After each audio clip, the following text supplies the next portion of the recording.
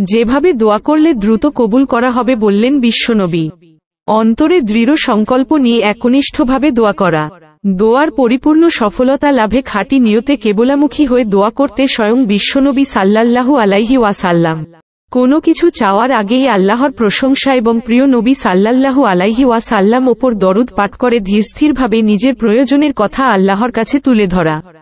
তাতে দোয়া দ্রুত কবুল হয়। এই রকমই বলেছেন বিশ্বনবী সাল্লাল্লাহু আলাইহি ওয়াসাল্লাম। তবে প্রয়োজন তুলে ধরার আগে আল্লাহর প্রশংসা ও তার দরুদ পড়ার কথাও বলেছেন তিনি। হাদিসে এসেছে, রাসূলুল্লাহ সাল্লাল্লাহু আলাইহি ওয়াসাল্লাম এক ব্যক্তি তার নামাজের মধ্যে দোয়া করতে দেখলেন। ওই ব্যক্তি আল্লাহর প্রশংসা করল না এবং আল্লাহর নবী ওপর দরুদ পড়ল না।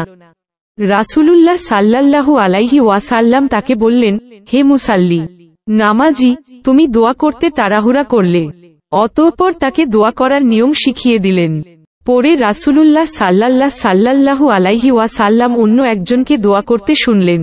ওই ব্যক্তি আল্লাহর প্রশংসা করল এবং নবীর ওপর দরুদ পড়ল। তখন রাসূলুল্লাহ সাল্লাল্লাহু আলাইহি ওয়াসাল্লাম বললেন, তুমি দোয়া কর, তোমার দোয়া কবুল করা হবে। তুমি যা চাও তোমাকে তা দেয়া হবে। নাসাই, তিরমিজি, মিশকাত। অন্য হাদিসে এসেছে, রাসূলুল্লাহ সাল্লাল্লাহু আলাইহি ওয়াসাল্লাম এক ব্যক্তিকে বলতে শুনলেন, হে আল্লাহ, নিশ্চয় আমি তোমার কাছে চাই। আমি সাক্ষ্য দিচ্ছি একমাত্র তুমি আল্লাহ। তুমি ব্যতীত প্রকৃত কোনো মাবুদ নেই। তুমি একক নিরপেক্ষ মুখাপেক্ষীহীন, যিনি কাউকে জন্ম দেননি এবং কারো থেকে জন্ম নেননি। তার সমকক্ষ কেউ নেই। তারপর রাসূলুল্লাহ সাল্লাল্লাহু আলাইহি ওয়াসাল্লাম বললেন, অবশ্যই সে আল্লাহকে এমন নামে ডেকেছে যে নামে চাওয়া হলে দেয়া হয়, প্রার্থনা করা হলে কবুল করা হয়। আবু দাউদ, নাসাই, তিরমিজি, ইবনে মাজাহ, বুলুগুল মারাম। সুতরাং মানুষ যখন আল্লাহর কাছে কোনো কিছু চাইবে কিংবা দোয়া ও মোনাজাত করবে, তখন তারা আল্লাহর প্রশংসা এবং রাসূলুল্লাহ সাল্লাল্লাহু আলাইহি ওয়াসাল্লামের ওপর দরুদ পাঠ করে তারপর কাঙ্ক্ষিত বিষয়ের আবেদন করবে।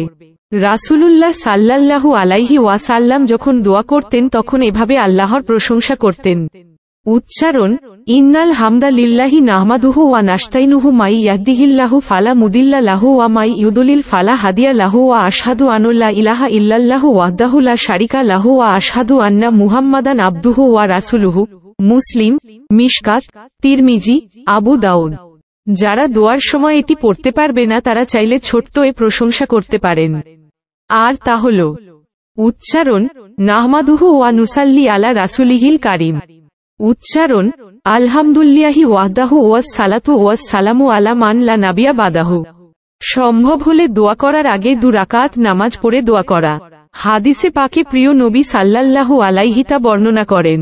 এক বর্ণনায় এসেছে, মানুষ কোনো গুনাহ করার পর উত্তমভাবে ওযু করে 2 রাকাত নামাজ আদায় করে আল্লাহর কাছে ক্ষমা চাইলে আল্লাহ তাআলা ক্ষমা করে দেন। আবু দাউদ।